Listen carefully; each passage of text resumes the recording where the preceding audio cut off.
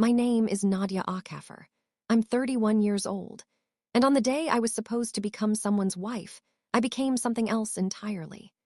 At 6:47 in the evening, during what should have been the most beautiful dinner of my life, I found my father standing in a hallway outside the reception hall, still in his good suit, the one he'd pressed himself that morning, holding a glass of water he hadn't touched, looking at the closed doors like he was trying to decide whether he was allowed to go back inside. He wasn't lost. He knew exactly where he was.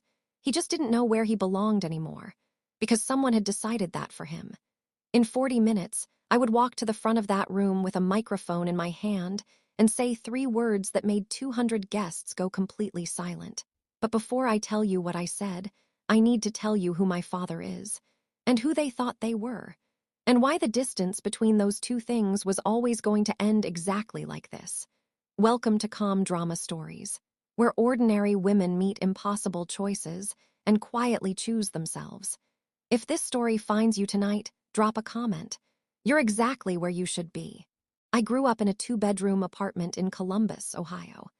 3rd floor, no elevator, a radiator that clanked all winter like it was trying to say something. My father, Emmanuel Akhafer, came to this country from Lagos in 1989 with 2 suitcases and a mechanical engineering degree that American companies spent the next 6 years refusing to recognize. So he drove a cab. Then he drove a bus. Then he got certified as an HVAC technician and spent 30 years crawling into the kind of spaces other people never think about: rooftops in July, crawl spaces in February, boiler rooms that smelled like decades of rust and heat. He never complained. Not once. Not in front of me. My mother, Grace, worked nights as a certified nursing assistant at a long-term care facility 20 minutes from our apartment. She'd come home at 6 in the morning smelling like antiseptic and lavender hand cream, eat a piece of toast standing at the counter, and be awake again by noon to pick me up from school. They were not wealthy people. They were something better than that. They were people who showed up. I was their only child. They had me late. My mother was 36, my father 41, and they treated me with the particular intensity of parents who know exactly what it costs them to get here. Every school play, every science fair, every soccer game I was mediocre at but played anyway because my father had driven 45 minutes to sit in a folding chair on a wet field. I got a full scholarship to Ohio State, nursing program, graduated in 3 years, got certified as a nurse practitioner by 26, started at a hospital in Cleveland. And when I was 28, at a fundraiser for a children's literacy nonprofit, I met a man named Daniel Whitmore. Daniel was 33. He wore a gray blazer over a white shirt, no tie, and he was telling a joke to a group of people near the bar that made 3 of them spit their drinks. He caught my eye across the room. He walked over. He said, and this is the exact thing he said, "I was going to offer to buy you a drink, but I just spent $30 on a raffle ticket for a quilt I don't need. Can we split a soda?" I laughed. We talked for 3 hours. He called the next morning. Daniel was a high school history teacher. He made $54,000 a year and drove a 2015 Honda Accord with a crack in the dashboard he'd covered with a bumper sticker that said, "Ask me about the War of 1812. He was the kindest person I had ever met. He was also the son of Richard and Carolyn Whitmore. And the Whitmore family was something I was not prepared for. Richard Whitmore was a real estate developer, not a small one. He had his name on a residential complex, a strip of downtown retail property, and a charitable foundation that held an annual gala where tickets started at $500. Carolyn Whitmore had never worked a paid job in her life, but ran her household and her social calendar with the precision of a logistics coordinator. They lived in a house in Westlake with 5 bedrooms, a 3-car garage, and a kitchen that had been photographed for a regional design magazine in 2019. I know because Carolyn mentioned it the first time I came to dinner.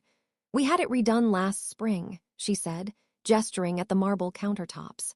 The photographer said it was the best kitchen she'd shot all year. She was smiling when she said it. She was almost always smiling.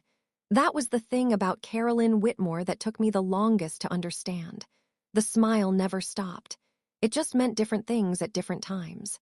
The first dinner was in October, 8 months after Daniel and I started dating. I brought flowers, white peonies, because Daniel had mentioned his mother liked them. I wore a navy dress, simple but nice. I'd spent 40 minutes on my hair. Carolyn opened the door, looked at the flowers, and said, "Oh, how sweet." The way someone says, "Oh, how sweet," when they're talking about a child's drawing. Richard shook my hand and asked where I'd gone to school. When I said Ohio State, he nodded the way people nod when they're storing information rather than responding to it. Daniel had a younger sister, Bethany, 28, who worked in marketing at Richard's company. Bethany wore her hair in a sleek low ponytail and spoke to me the way someone speaks to a hotel concierge. Politely, efficiently, without actually looking at you. Dinner was a standing rib roast. The kind that requires advance ordering and a particular oven temperature and a resting time that Carolyn mentioned twice. It was extraordinary. I said so.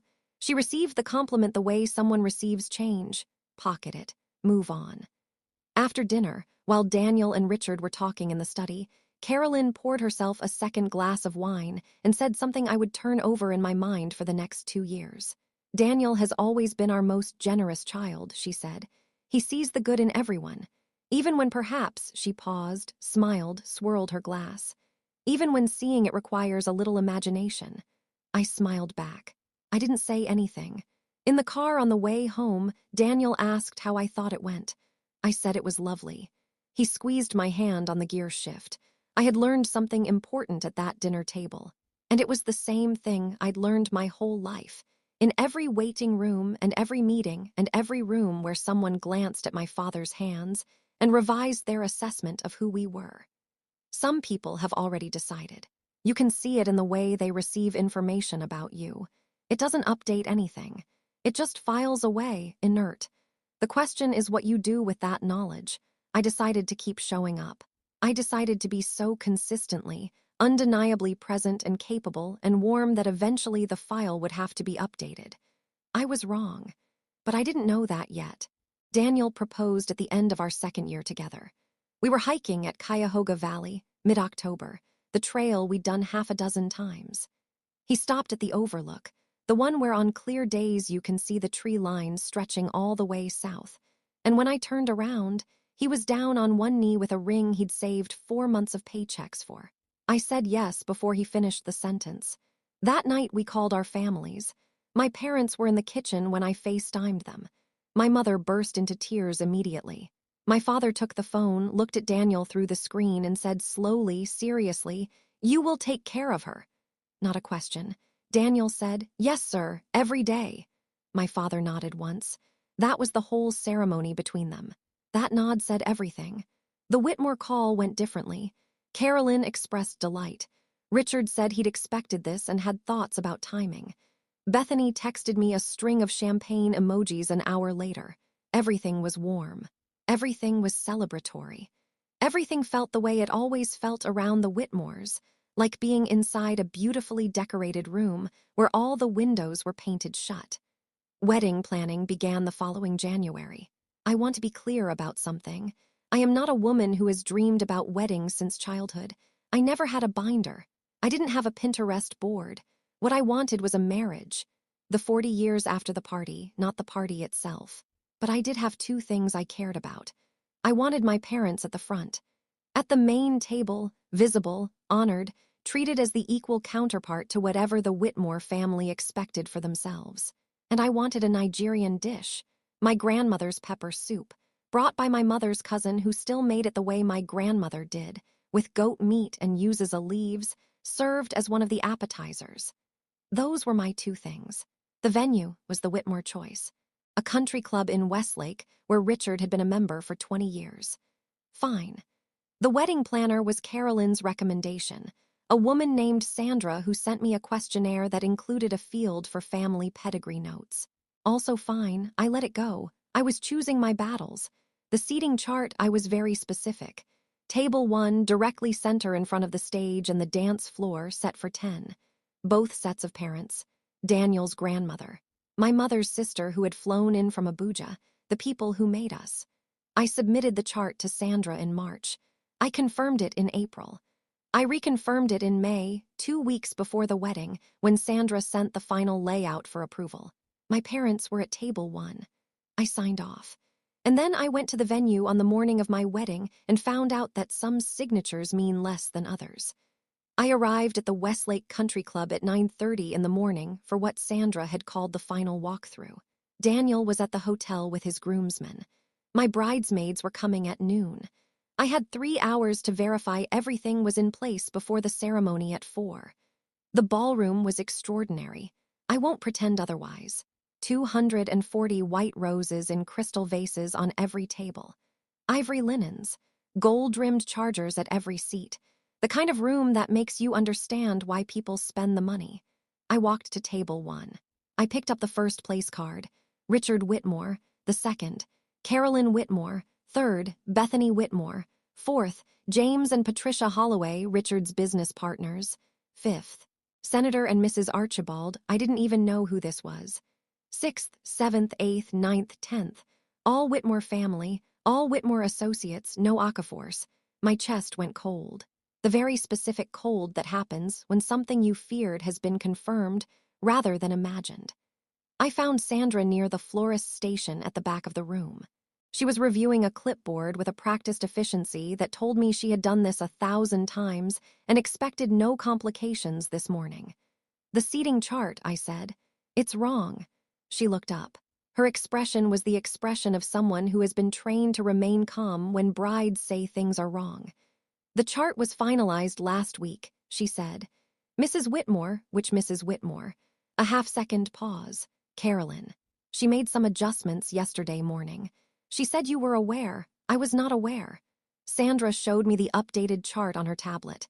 My parents had been moved, not to table 2, not to table 3, table 11. Table 11 was at the back left corner of the ballroom, behind a decorative partition screen that had been installed to section off the space during cocktail hour. Behind the screen, the ceiling was lower. The lighting was utility rather than chandelier. There was a service corridor entrance 12 feet from the table. The chairs were not the mahogany chairs that matched the rest of the room. They were padded folding chairs, the backup kind. The kind you bring out when you've run out of the real ones. I stood very still. I counted to 5. I asked Sandra if she had a copy of the original seating chart, the one I had approved in May. She did, on her tablet. My parents were at table 1, clear as anything. I took a screenshot with my phone. Then I went to find my father. He was in the hallway outside the east entrance to the ballroom. Still in his good suit, the charcoal one he'd bought 2 years ago for a colleague's retirement dinner and worn exactly twice since. His shoes were polished. He had a glass of water in his hand that he wasn't drinking. He was looking at the closed doors with an expression I recognized. I had grown up watching my father absorb situations with that expression. It wasn't defeat. It was the careful, dignified composure of a man who has spent his whole life in rooms where someone decided he didn't quite fit, and who has learned to stand very straight regardless. "Dad," he turned. When he saw my face, something in his expression shifted. He knew me too well. "Don't," he said before I could speak. "Nadia, don't do anything on my account. Dad, it's your wedding day." His voice was quiet, certain. "You don't need this today." I looked at this man. 62 years old. 30 years in crawl spaces and boiler rooms. The man who drove 45 minutes to watch me play mediocre soccer in the rain. The man who told Daniel you will take care of her, and received the answer and nodded once, because that was the ceremony, and it was enough. They had put him behind a partition screen in a folding chair at a table 12 feet from the service corridor. And he was telling me not to make trouble. "Where's Mom?" "She went to find the restroom." He paused. "She doesn't know yet which table we're at." He knew. He'd found out and he'd come out to the hallway so she wouldn't have to see his face when he did. I put my hand on his arm. I said, "Give me 20 minutes." I found Carolyn in the bridal suite on the 2nd floor. She was with Bethany and 2 women from her church group who were apparently part of the pre-wedding celebration I hadn't been informed was happening.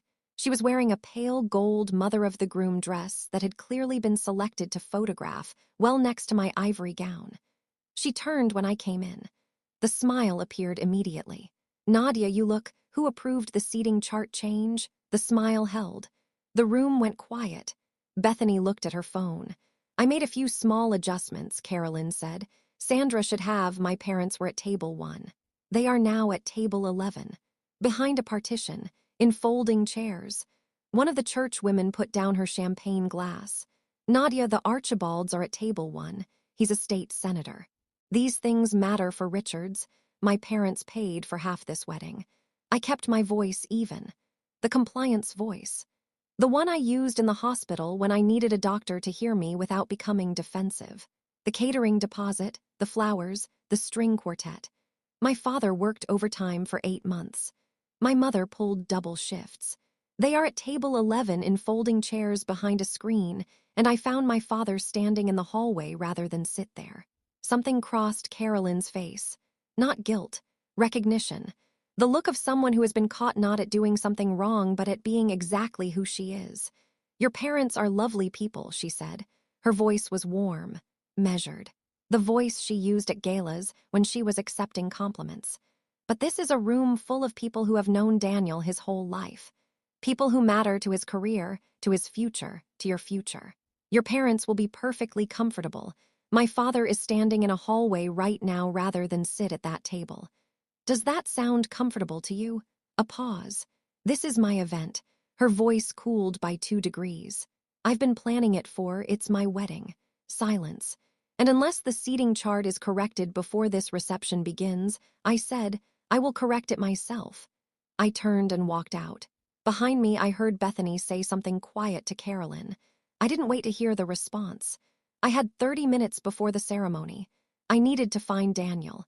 He was in the groomsmen's suite on the 1st floor. 3 of his friends were there. He was standing in front of a full-length mirror straightening his tie. He looked perfect. He always looked perfect. I had loved that about him once.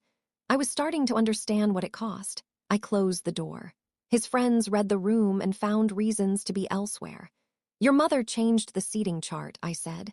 My parents are behind a partition at table 11. He turned from the mirror. His expression was careful. I know, the word landed. You know, she told me this morning before you arrived. He came toward me, put his hands on my arms. Baby, I know it's not ideal, but the Archibalds, Richard has been trying to get a meeting with him for 8 months.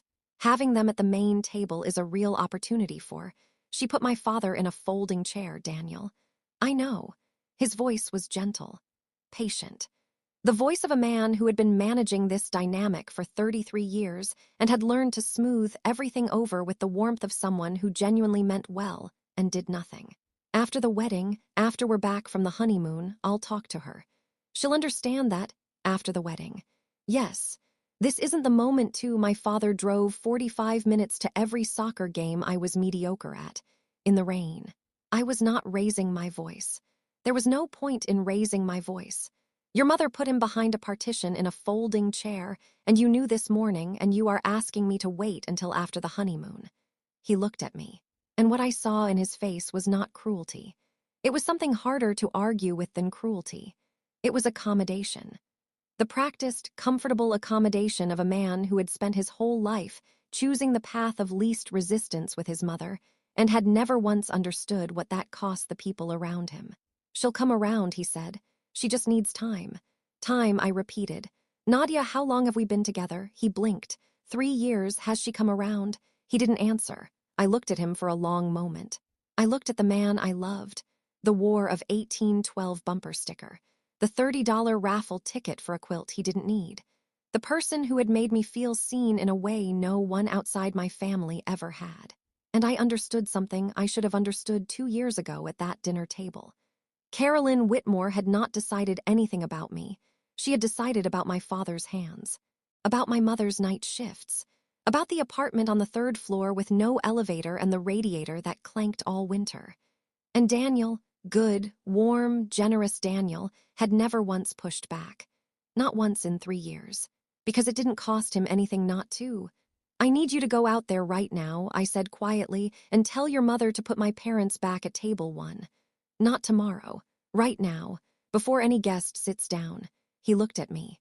He looked at the door. He looked at his reflection in the mirror. Nadia, if I do that in front of everyone, if you don't do it, there won't be an everyone to do it in front of. A long silence. The kind of silence that holds a marriage in it. Are you serious? My father, I said, is standing in a hallway so my mother doesn't have to see his face. Yes, I am serious. Daniel straightened his jacket, looked at his cufflinks, and then he said the thing that ended it. Baby, they're tough. Your parents are tough people. They'll be fine. I nodded slowly. I picked up my bouquet from the side table. I walked out of the room. The hallway was quiet. 60 feet of polished marble between me and a decision I had been building toward for 3 years without knowing it. My mother had found my father by then.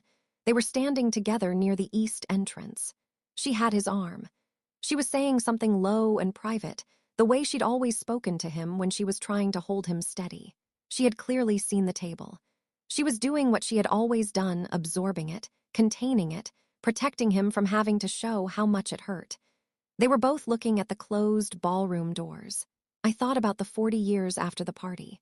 I thought about Christmases in that Westlake house, about folding chairs multiplying, year by year, at every table where my family was present, about my children, someday, learning from the arrangement of furniture, who in their family mattered. I thought about Daniel saying they're tough with the ease of a man who had never had to be, and I thought about a microphone. There was one on the stage. The MC had tested it during the walkthrough that morning. It was set up, live, waiting for the toasts. I am a nurse practitioner. I have delivered news to families in hallways. I have spoken clearly under conditions that would make other people's voices shake. I know how to be steady when everything is moving. I walked to my parents. Don't sit down yet, I said. Either of you. My mother started to say something. I shook my head gently. I need 5 minutes. And then everything is going to be different. My father looked at me. He had known me for 31 years. He recognized the look. He nodded once. I turned. I walked through the ballroom doors. 200 guests had found their seats. The string quartet was playing Pachelbel from the corner. White roses on every table, ivory linens, gold chargers catching the light. The room looked the way Carolyn Whitmore had designed it to look, like a display of everything her family was. I walked through the room without stopping. Straight to the stage. Straight to the microphone.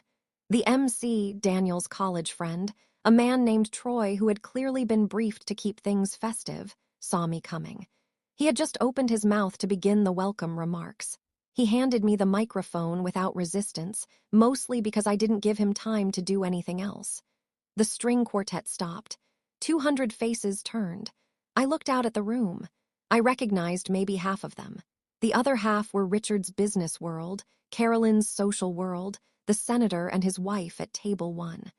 At table 11, behind the partition, my parents were not yet seated. They were standing in the hallway. Good evening, I said. The room was already quiet. My voice through the speakers was calm and clear. I had been trained to project without effort. My name is Nadia. And this is my wedding. A few smiles. The normal warmth of a crowd expecting a toast. I want to tell you about 2 people who aren't in this room right now, because someone decided this morning that they belonged somewhere else. The smiles began to change. My father, Emanuel Ackafer, came to this country in 1989 with 2 suitcases. He drove a cab. He drove a bus.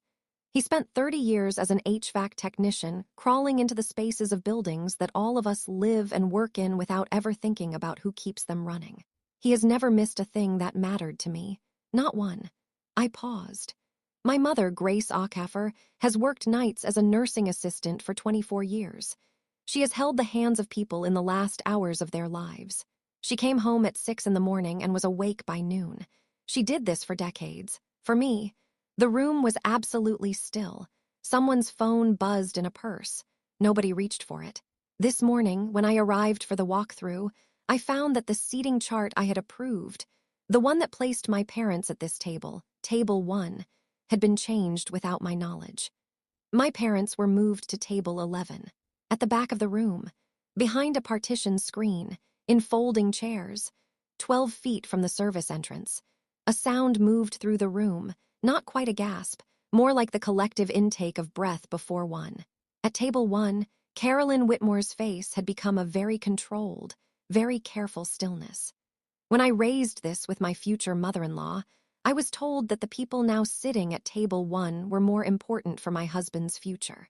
I looked directly at Carolyn, and when I asked my fiancé to correct it, he told me my parents were tough, that they'd be fine. Silence like I have never heard in a room that full. I want to read you something. I reached into the small clutch I was carrying. I had done this deliberately, chosen a clutch large enough for 2 pieces of paper, and unfolded the original seating chart. This is the chart I approved in May. Emmanuel and Grace Ackhafer, Table 1. I refolded it, put it away. I did not come here tonight to embarrass anyone. I came here to get married. But I discovered this morning that the version of this marriage I had agreed to, the one where my family is treated with the same dignity as any other family in this room, was not the version being offered. The senator at Table 1 had put down his fork. His wife was looking at her hands. Richard Whitmore had not moved since I began speaking. I love Daniel, I said, and my voice was steady because it was true. I love who I believed him to be, but love is not just a feeling. It is a series of choices. And the choice he made this morning, to know and to say nothing, to tell me my parents were tough enough to sit it out, that choice told me something I needed to know before I signed anything. I set the microphone down on the stand. Gently. My parents deserve Table 1 in every room for the rest of their lives, and I intend to make sure they have it. I stepped off the stage. The room did not make a sound. I walked to the east entrance. I pushed through the doors. My parents were standing in the hallway exactly where I had left them. My father looked at me. "It's done," I said. He took one breath. Then he opened his arms and I walked into them, and he held me the way he had held me every time I had ever needed it, steadily, completely, without saying a word. Behind us, I heard the ballroom begin to come back to life. Not music, voices, the particular frequency of 200 people trying to process what they had just witnessed. I did not go back inside. Daniel found me in the parking lot 20 minutes later. He was still in his wedding suit. He had lost the careful composure he'd worn all day. He looked, for the first time since I'd met him, genuinely shaken. "Nadia." His voice was hoarse. "Please." I turned to face him. "I should have said something," he said. "I know that. I knew it when I said they'd be fine, and I said it anyway because he stopped. Pressed his hand against his forehead. "I don't know why I said it." "I do," I said. "Because it was easier. Because it has always been easier with her. And because you thought I would do what I have always done, which is absorb it and move on." He didn't argue with that. "We can fix this," he said. "We can still, the efficient is inside. The marriage license hasn't been signed. We could, I know the license hasn't been signed." I had known that since the walkthrough. That's why I had 20 minutes and not 20 years. He went very still. Daniel. I said his name the way I had always said it, without performance, without weight. Just his name. "You are a good person." I genuinely believe that. But good people can still choose the easier thing, every single time, and never notice what it costs until the cost is too big to ignore. "What do you need?" His voice broke slightly on the last word. "Tell me what you need." "I needed you to stand up for my father this morning." I said it simply. That was the moment. It's past. We stood there in the parking lot of the Westlake Country Club in our wedding clothes. 200 guests were inside, presumably deciding what to do with their evenings. The string quartet had started playing again, distant and strange through the walls. I did not feel triumphant. I want to be honest about that. I felt the specific grief of a decision that is right and painful at the same time. I had loved this man for 3 years. I had let myself imagine the 40 years after the party with him. But I had also watched my mother whisper to my father in a hallway, so he wouldn't have to show her how much it hurt. And I had understood, finally, that the distance between those two things was not something I could close from the inside. My parents and I ate dinner that night at a Nigerian restaurant 40 minutes from the country club. My mother's cousin came. The pepper soup was there, the goat meat, the yuzuza leaves, my grandmother's recipe that had been sitting in a catering van all evening waiting for an appetizer course that never happened. We ate it, all of it. My father told a story about the worst boiler he ever encountered, a 1962 cast iron system in a building downtown that had not been properly maintained since the Carter administration. He did the voices. My mother covered her mouth laughing. The restaurant was warm and loud and smelled like palm oil and grilled fish, and the particular brand of joy that comes from being entirely among people who have never, not once, put you in a folding chair. I looked around the table at these people, my people, and I thought about the hallway, about my father's polished shoes, about the glass of water he didn't drink. Never again. I made that promise to myself quietly, over pepper soup and fried plantains, and I have kept it every day since. It took 3 months to fully untangle the legal and logistical pieces. The marriage license had never been signed. There was nothing to dissolve. Daniel and I handled everything the way I hoped we would, without cruelty, without lawyers, with the exhausted civility of two people who had cared about each other and made different choices at the moment that mattered. He called once, 8 weeks later. He said his mother had not spoken to him for 3 weeks after the wedding. He said he had been in therapy. He said he understood now, or was beginning to. I told him I believed him and I wished him well. I meant both things. 6 months later, I was still in Cleveland. Same hospital, same patients, same work that had always felt like mine. I found a new apartment. First floor, no elevator needed. A small patio where I put a pot of basil and forgot to water it approximately 40% of the time. My parents came every Sunday. My mother brought food. My father fixed whatever needed fixing, silently and thoroughly, the way he had always fixed things. Sometimes we just sat on the patio and didn't say much. On one of those Sundays, about 4 months after the wedding that wasn't, I was clearing the table after dinner, and my father said, out of nowhere, the way he said things, that restaurant had good pepper soup. The best, I said. He nodded, picked up his cup. Your grandmother would have liked it. I sat back down. We stayed on the patio until it got dark.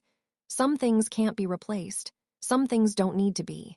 The people who show up, who drive 45 minutes in the rain, who stand very straight in hallways because they have spent their whole lives learning how, those people are table one. In every room. Forever. You don't negotiate that. You don't compromise it. You carry it out of every room that won't honor it, and you build a new room where it's just the truth. That's what I learned at my wedding. That's my story. If this story found you tonight, if you know what it feels like to watch someone you love absorb something they should never have had to carry, drop a comment below. I read everyone. And if you have ever had to choose between the life someone else designed for you and the one you actually deserved, type table 1 in the comments. Because that's what you are. That's what you've always been. Subscribe so the next story finds you. And share this with someone who needs to hear tonight that being walked away from is sometimes the bravest thing you can do.